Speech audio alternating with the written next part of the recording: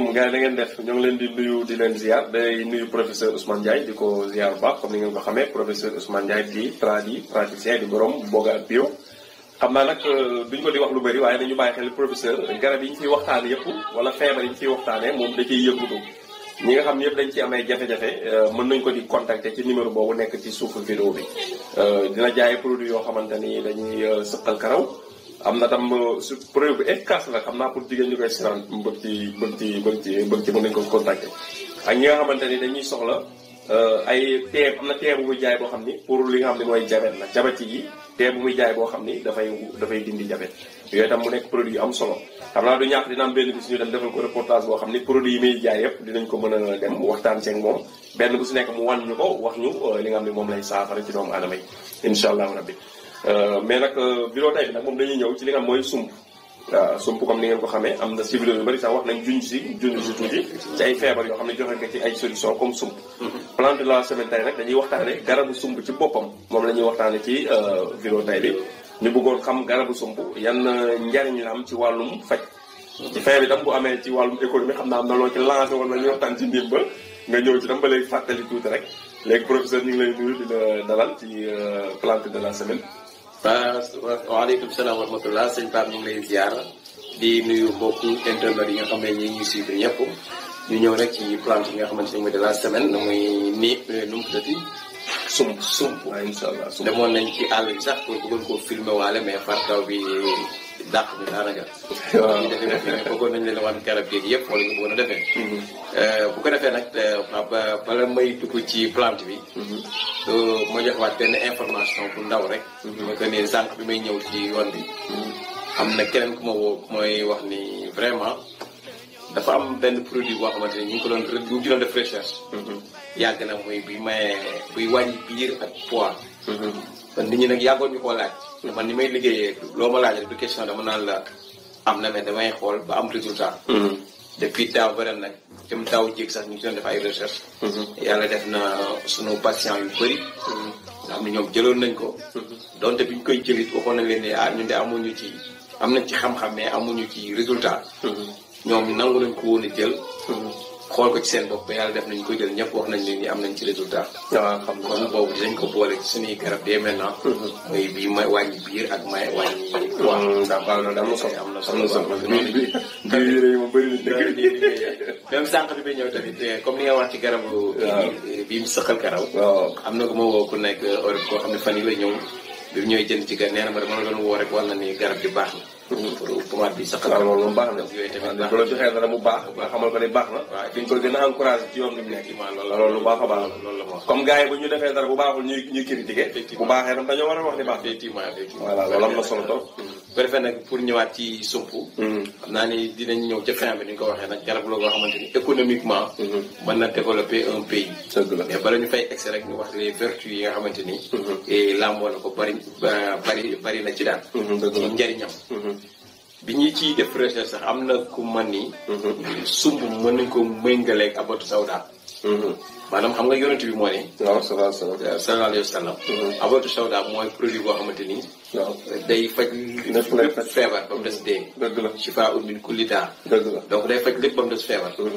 am na ku ni ma daal mën nañu méngale. sump ak abatu sawda. ci ay njariñ. ci ay njariñ. waaw mën na ni ñun Sénégal daal. suñu abatu sawda mooy sump. mooy sump waaw comme produit dañ koy exporté boobu te sump am na fi. waaw kay te li boobu mën na ko. waaw xoolal loolu rek. waaw donc te moo tax it xam naa ci waxtaan ci njariñ yi dina diis. ndax dafa bëri lu muy faj. waaw daal boo waxee yëpp sax nit ñi dinañ ni est-ce que loolu dëgg la. est-ce que mi ngi ci garab mi ngi ci garab. ah waaw yàlla moom doon mais yàlla moo mel noonu. keroog maa ngi lire benn livre gis ko ni la xawma. Dieu a créé la pharmacie xaw ma nu ko proverbe daal. waaw mais da lay wan ni la nature. mooy pharmacie bi nga xamante ne yàllaa ko créé daal. te pharmacie naturelle.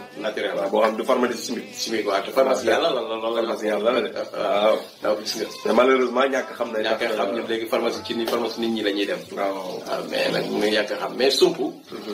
Pape ni ñu la ko mën a waxee bala vidéo bi di gën a gudd. xob yi njariñ la. xas bi njariñ la. reen yi njariñ la. kii bi dëgg yi njariñ la. waaw maanaam lépp waaw doom yi doom yi njariñ la waaw doom yi. doom yi ñuy màcc njariñ la xoox bi njariñ la waaw diwlin bi njariñ la donc kon gis nga amul luñ ci sànni waaw kon lépp am njëriñ. lépp am njariñ macha ci allah dégg ci dégg yi nga xam ne jame la waaw njariñ la am na njëriñ kon sump mi ngi noonu donc foofu la taxawee donc liñ ci njëkk rek xanaa ñu ñëw ci doom yi ñi nga xamante ni parce que comme que ñu bëri moom bu ñu nee sump doom yi la ñu njëkk a xalaat doom yi la ñuy xalaat. waaw garab sax am na ñoo sax xamuñu. xamuñu ko waaw da am ñoo xam ne sax xàmmewuñu garab bi te ay bari na garab la ko xam ne nag day am ay tég day jame waaw dégg yu soxla sax. rek yu soxla waaw kay donc kon sump bari na démb rek maa ngi koy waxtaanee ak benn maire bu may wax lu mel noonu naan moom bu ñu jëlee sump rek da koy lâché waaw waaw waaw loolu dégg naa ko. day daw biiram waaw gis nga kon boo koy jël yow mi am constipation rek day dindi yu mel noonu maanaam day tax seere daal waaw du la yem nit ki yu màcc sump lu bari. waaw du seere. du seere loolu rek. loolu rek waaw te sump yow 100 francs rek dañ ci am lu bari defe naa xam nga lu tax loolu rek doyoo. benn médecin neen laa dégg muy waxtaan mu ne. la constipation est la mère de toutes les maladies. mu ne seere. mooy ndayu feebar yëpp. feebar yëpp non dama liy tere seere daanaka. waaw vraiment macha allah. soo xëy dem toilette rek dafa neex parce que day raxas day soulager nit. day soulager day day day dindi. ki toog ay jour demul toilette rek war na xoolaat boppam waaw feebar yu bëri c'est grave. gis nga tubaab ñaar yi bi gën a ragal muy waxuma sax ay sibiro yooyu mais seere ak soj ak soj. te ñun dañu gis nga ni ko ñàkkalee fay la waaw dëgg la parce que seere moom di ko ko defee lu leer mooy am na lu war a génn te génnul. génnul waaw waaw kon moom lu garaaw. waaw mi ngi noonu seere moom donc sump boobu mu nekk ci solution. su mu nekk waaw su mu nekk solution même huile bi noonu la ci nekkee solution huile de soupe. huile de soupe waaw huile bi moom xam naa taxul mu late noonu. mu bare noonu waaw bu njëkk rek daal la bare ci dëkk àll yi am nañu ci daan naa defar mais léegi daal bareetul noonu xëy na ñu jaay produit bio yi comme léegi boutique yi jaay bio ñu ngi commencé di commencé di ko xëy na ñooñu ko fa def am ko daal loola. mais daal huile bu baax la diwlu bu baax la mën nañ ni moo ñu bu doon fii da nga naan moo gën huile d'olive waaw mais malheureusement datul bari. doyul pour ñu koy toggee daal. waaw loolu la. mais nag dañ ci liggéeyul aussi ah d' accord. dañ ci liggéeyul peut-être dinañ ci ñëwaat ci deuxième partie dañ dem ba ci kanam comme ni ñuy farloo ci olive farloo wuñ ko sump. waaw kay mais tey buñ ko jëloon bay ko di ko def dañ ci am lu bari waaw seen garab yi nag xaw nañoo neexoo. waaw parce que olive du ay comme plante ay kaane kii. waaw sobleeg yooyu ñuy bay ay garab ay garab la ay garab la man gis naa ko ay garab la. ñoom dañ ciy liggéey ay garab la def ko tool ne Maroc ay tool yu ngand. waaw def fa olive kese. mais tey ñun bu ñu amoon ay tool def ko sump parce que damay waxtaan ak Cheikh Tidiane Niang bu RMD moom it loolu ma dañ ma mbayum gerte dëkk bu tardé moo ko tardé c'est-à-dire moom da doon incité ci mbayum sump mi waaw moo ëpp njëriñ ëpp rendement foofu mbayum gerte mais nag c'est-à-dire bu koy wax nit ñi ñoo xamul loolu waaw dëgg la de. waaw nit ñi ñoo xamul loolu xam nga li ma la waaw wax léegi parce que huile bi moom fi wax foo lay waxee dëgg la. donc huile verte yi mu am dañ ci ñëw donc bu ko defee doomu sump boobu day indi day waaj day dindi constipation mais day wàccee tension mooy hypertension bi ñu doon waxtee la ci émission yi baax d'accord. sump day wàccee hypertension waaw pour tension bi yéeg.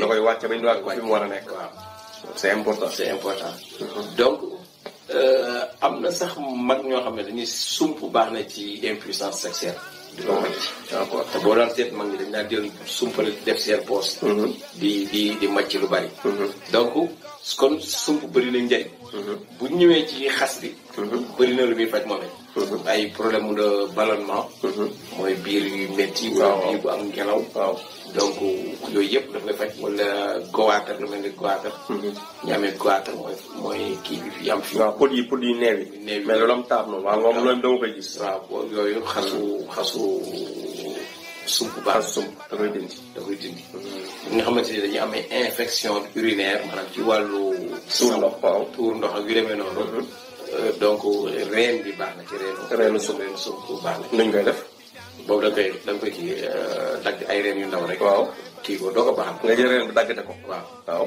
xooj ko ci ndox di ko nañu koy baaxal tamit bu la neexee mais xooj bi mooy gën a xooj bi gën a efficace waaw donc gis nga donc bëri na lu muy faj donc bu ñëwee ci xob yi tamit day lu mel ni hépatite xobu sump. xobu sump tey boo ci amoon toggee ko ak ginaar mais ginaaru olof lay nekk nag quoi. waaw. di ko lekk ñaamee hépatite. kon baax na ci. waaw hépatite ñaar yëpp. na nekk hépatite rek na nekk hépatite rek. xobu sump yi baax na ci. donc maanaam dafa bëri lu muy faj. waaw bëri loo koy macha allah ci wàllu saan ak yu demee noonu. donc dëgg yi nag am na moom lu muy. waaw dëgg yi day faj. mais tamit surtout wàllu mystique. côté boobu lañ koy ëpp. côté boobu lañ koy liggéey parce que am na liggéey yoo xam ne boo defee téeméeri dégg sump. kenn dootu la mën a liggéey. xoolal loolu am na ci yoo xamante ni boo ko defee ku la liggéey bu delluwaat ci moom wala yu demee noonu wala jàpp yu demee noonu day deñ. d'accord ay antimissile la ay waaw def ay téeméeru dégg sump ak yu demee noonu. dañ koy takk. waaw saafara rek. donc nga ko bëgg baax rek wala. waaw non ay saafara la yow ay yu ñu. kon nañ ko day xaw a compliqué. waaw day xaw a compliqué donc gis nga kon bëri na. mais xanaa entre parenthèse. moo xam ne soxla na loolu dafa léegi mën na la contacter. wala la contacter duñ ko mën a baax. dañuy jëm duñ ko mën a defaral wala. waaw dañuy yëngu ci yooyu. waaw xaar rek loolu mais ñu bëgg mu leer kay. su fekkee am na nit koo xam ne soxla na loolu maa bëgg na loo xam ne moom su ko sangoo wala dara kenn dootu koo mën a liggéey mu jàpp ko liggéey tu mu dellu sa kaw. ndax kooku su la contacté woon tey di nga ko fa defaral. bien sûr waaw kon jeex na kon numéro waa ngi waaw loolu laa bëggoon mu leer rek ci liggéey lu bari. voilà parce que yu mel noonu comme da doo ko mën a wax ci vidéo tamit am na yoon peut-être ñu soxla ko. waaw xam nga chaîne bi moom loolu tax koo jël c'est-à-dire. waaw loolu côté santé bi la ñuy dem mais ba léegi tamit du leer comme boo da ngaa waxtaan egg si foofu tam point bi. ma bañ rek ñu romb ko nit seetaan ba foofu xam nga mën na di poser ay question. ok waaw ñu poser ko question boobu mu naan poser. yombalal ko liggéey. waaw yooyu yëpp dañ ci yëngu yéen ci wàllu ñaan. mais dafa ko priorité. mais faj bi lañ def priorité. waaw faj mais nag côté boobu yi tamit yàlla baax la nañ ci lu bari bari macha allah. donc bu ko defee nag gis nga kon sump mi ngi noonu li mu mën a faj bari na. ñi amee tànk yu métti les rhumatisme ak yu demee noonu. waaw tamit reen bi baax na ci. ni ñu koy defee sump moom même chose. non da nga koy togg waaw. di ko naan par cas. ku am rhumatisme reenu sump bi lay jël baxal ko di ko naan. voilà donc gis nga. donc kon bëri na ci ay njëriñ. waaw donc xam naa pas pour bañ vidéo bi gudd. bu ñëwaatee ci wàllu cosmétique. exemple ci wàllu huile bi. waaw cosmétique. parce que tamit huile bi yooyu yëpp yu bëri da koy faj. yi ma wax nii ci reen beeg doom beeg yëpp. waaw yëpp huile bi mën na ko da koy faj. même ay colopathie fonctionnelle. bu ko amee huile bi baax na ci. kii bi tam est-ce que ndax mën na ko doom bi ñuy màcc ndax yooyu yëpp tam da koy faj wala constipation rek la. non doom bi moom constipation laa ci gën a miin. waaw loolu nga ci ak impuissance sexuelle boobu ñu waxoon ak tension. ak tension moom yooyu ñett yooyu daal efficace na ci. efficace na ci. d'accord waaw mi ngi noonu yooyu efficace na ci. mën nga ko doom bi tamit mën nga koo baxal. doomu sump bi. waaw mën nañu koo baxal sirop. pour fatiguement da ci baax. comme nga baxal ko ba ñam boobu dañ dem ci ndox mi. waaw noonu lépp ngay boole baxal. waaw doomu sump bi ñuy màcc. non sump bi ñuy màcc. bi ñuy màcc ngay jël. raxas ko ba mu set. ba mu set. def ko ci ndox baxal. waaw léegi fekk am nga sa kële nu mu tuddati. man dama koy defar parfois. waaw dinaa ko defar nag fekk am nga sa buy exemple. buy waaw. am sa bisaab. waaw. am wén. waaw wén waxoon nañ ko ci émission bi passé. waaw am wén am looro. nga boole ko wut tuuti sump. looro bi dama xas. xasum looro. nga wut sump. wut tuuti sump rek. def ko ci biir jaxase ko togg ko mu ñor. bu la neexee def sa meew bu la neexee di ko naan noonu. dog bu nekk ci yow. da koy dindi. loolu efficace la sax.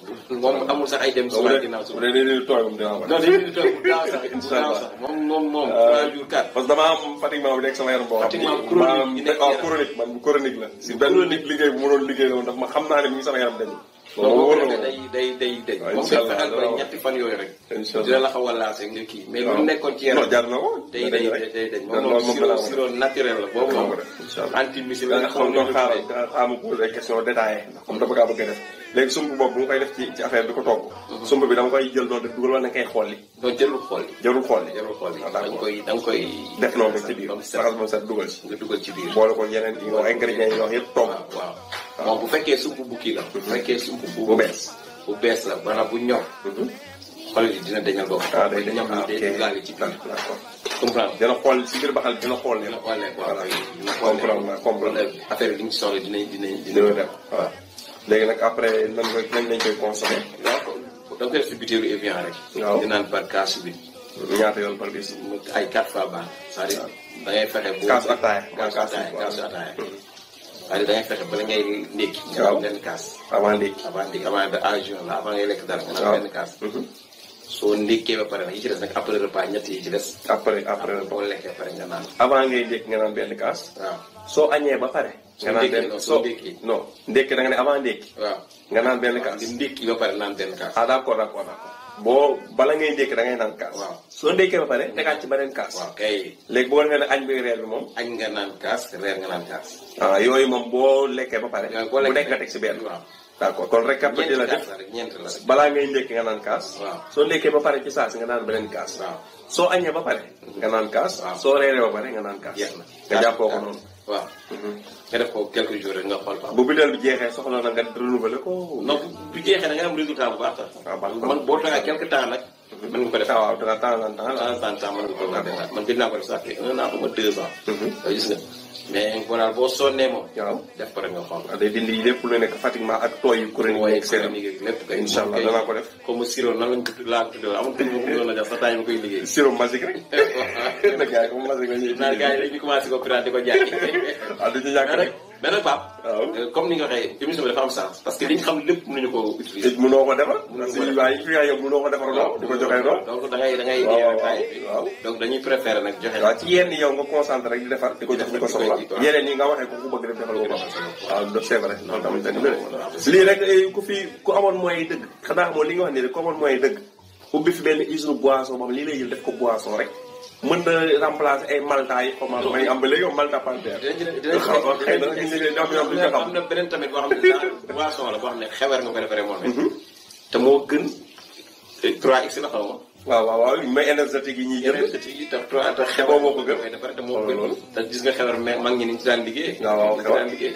c'est-à-dire te bu baax énergétique gars yi di rey seen bopp. te dañ koy importer. waaw te dañ koy importer. gën ma ngi mi ngi fi. waaw ay rët bu la xeeb. ngay naan am résultat léegi te mu fajale yeneen jàngoro. xam nga tey bu te du la indil problème. waaw du la indi problème jus boobu ma la wax ni tey bu ko defaroon bu ko mën nga di ko commercialiser mais nga di ko naan rek. waaw feebar yu bëri dañ ciy mucc. waaw ci njeer bi ñu waxoon ci kën ginnaaw. yaa ngi koy waaw ak limon bi ak limon c'est vrai. sama yaay rek doo koy def. boobu def naa ko deux fois sama yaay da koy def tout le temps. ah boobu moom def naa ko dëkk ci nga xool da ngay dem ba mujj gi tànk yu métti yëpp dootoo am. waaw incha allah man waaw dinaa ko renouveler. def naa ko ñaari yoon après arrêté quoi. gis nga dinaa ko renouveler mais daal. te ba pare dafa neex boobu sax boo koy naan boisson dafa neex. sa mère sa lembeeg yi lembeeg koy neexal. dañoo ko jaar xeelal ma day defar fi ne ni may wax yow boole moo dul ma ci frigo bi. lembeeg koy neexal. dafa neex quoi amoon na demoon na fi amoon tànk yu métti. jinjeer bi limon bi ak lem bi. waaw wax nga dëgg. donc. waaw kon xam naa bu dee am na looy tëjee si sumb bi rek. waaw sumb bi ñu ñëw ci côté cosmétique bi. waaw comme ni ñu ko waxee woon noonu rek c'est-à-dire huile de sumb. tey maanaam faveur la ci développement pays. huile de sumb. huile de sumb. tey ni ñu ko mën a exploiter rek. c'est-à-dire tey boo doon defar saabu. nga am huile de sumb boobu saabu day xam. exemple loolu day am na lu ma ci seetlu moom reenu sumb boo ko defee ci saab boo ak astafurlah ci ndox. soo ko yëngalee dina am ay fuur. kay gis nga ni mu mel noonu gis nga noonu. gis naa ko huile bi noonu lay mel boo doon defar saabu tey di ci def huile de sumb. waaw parce que man doon saabu yi ma doon defar doon naa ko ci laal tuuti. mais da ngay am saabu bu neex boo xam ne day xëpp mooy gën a xëpp. saabu yooyu nag xaw ma nag da ngay reprendre mais war nga koy defaraat quoi. saabu yi bari nañu koy soxla quoi. te moo gën a xëpp saabu industriel yi ngay gis nii. moo gën a xëpp moo gën a neex. donc gis nga donc mu nekk loo xamante ni te day faj. day faj industriellement. huile de soupe tey bu ñu ko amoon. tension mën na jeex ci dëkk bi. colopathie fonctionnelle te yooyu pour sonal nit ñi. comprendre nga sur le plan cosmétique. mën nañu ci defaree ay saabu mën nañu ci defaree ay diwu yaram. wala ay diwu bopp yu demee noonu ak yeneen ak yeneen ak yeneen saa mais nag ay dérivés yu bari mën na si génn. mën na ci génn. mais nag Sénégal yooyu yëpp tey boo demee àll Fuuta bi wala yu demee noonu. da ngay man bi ma mujjee waala dama gis foo xamante ni dañ ko jox ay projet gars yi sump ne ko ñëpp dañ ko dagg. ñu dagg ndeysaan dagg sànni ainsi de suite. mais tey boo amoon machine bi ko transformé loolu c'est autre chose. loolu waaw te moo autre chose. waaw c'est que peut-être industrie bi gars yi gouvernement bi dafa war a liggéey daal ci industrialisation. voilà industrialisation rek moo fi mën a jëlee chômage. te yooyu yëpp ay usines mën na ci ubbeeku. boo demee Fuuta dafa bëri suuf yi dafa bëri. waaw même jàmbur gi bëri na ko. dafa bëri bëri na ko. waaw marché bi rek boo demee dafa bëri. waaw man dëkk boobu moo fa demee ñaari garab laa gis ñëw bopp sumbu ak siddéem. siddéem waaw. waaw mu noonu. waaw siddéem sax dinañ si ñëw incha allah. dinañ ci ñëw incha allah donc garab yëpp la ñuy ñëw incha allah. waaw kon professeur ñu ngi lay remercier. ci temps bi nga jël leeral ñu ci garabu sump. xam naa ku ko seetaan bu fi jógee bu gisee dee sump dina ko xoolaat na leen comme yëpp rek plante yi ñu fi waxtaane plante boo bu ñu fi waxtaane xam naa ku ko gis léegi di nga ko xoole ba leen bët et puis si gën a am solo mooy nit ki léegi désormais xam ne plante bii moom lii lay jariñ su ko soxlawee mën na dem utiliser ko pour lii au lieu mu ko doon romb di dem di uti yeneen solution yoo xam ni plante bi moo leen gën a efficace moo gën a naturel du la indil effet secondaire waaw loolu lu am solo la effectivement lu am solo la ndax am na ñoo xam ne boobu ma la su dara socc bi rek dafa baax déjà waaw socc sumb mi ngi noonu waaw jaay ko sotti dañ koy jaay donc gis nga donc loolu rek c'est autre chose daa baax ci ay bëñ quoi baax ci ay bëñ donc bu ko defee nag loolu la leen indi loolu rek ci pour wan leen ne rek xam-xam bi daal mi ngi fi mais daal xaw ma gars yi nu ñu mën a def ba exploité ko mais daal war nañ ko mën a exploité parce que tamit sunu genre gi moom bu ñu fi jógee tamit comme mi ay vidéo la mi ngi ci YouTube ñuy profité dina am koo ko gis moom mën ko exploité objectif bi rek loolu la effectivement waaw loolu la partage connaissance loolu mooy njëriñ bi soo ko mënta jëriñoo nit dina mën a jël connaissance bi jëriñoo effectivement voilà parce que avion yi di naaw ni ñu mel nii ci aéroport yi nga gis leen ñuy naaw nii biñ njëkk defar melul woon nii effectivement mais kooku ba nga ko commencé ba muy dee na bàyyi fi plan yi mu jotoon defal keneen moo ñëw reprendre rek ñuy ainsi de suite ba mel nit mel waaw mooy loolu rek waaw mais de toute façon moom ki initié après keneen ko jëlee développé tam ki initié fu mu mënti nekk fu mu ko mënti fekk yoolam dana ko fekk foofu waaw kon professeur ñu ngi lay remercier di la jox rendez-vous ba beneen semaine bii di ñëw ci beneen plante incha allah rabbi incha allah jërëjëf Pape jërëjëf ñu ngi ziar ñëpp ñi nga xam ne ñu ngi suivre di leen ñaan di leen wax di daje ci semaine prochaine incha allah asalaamaaleykum wa rahmatullah aleykum asalaam wa rahmatullah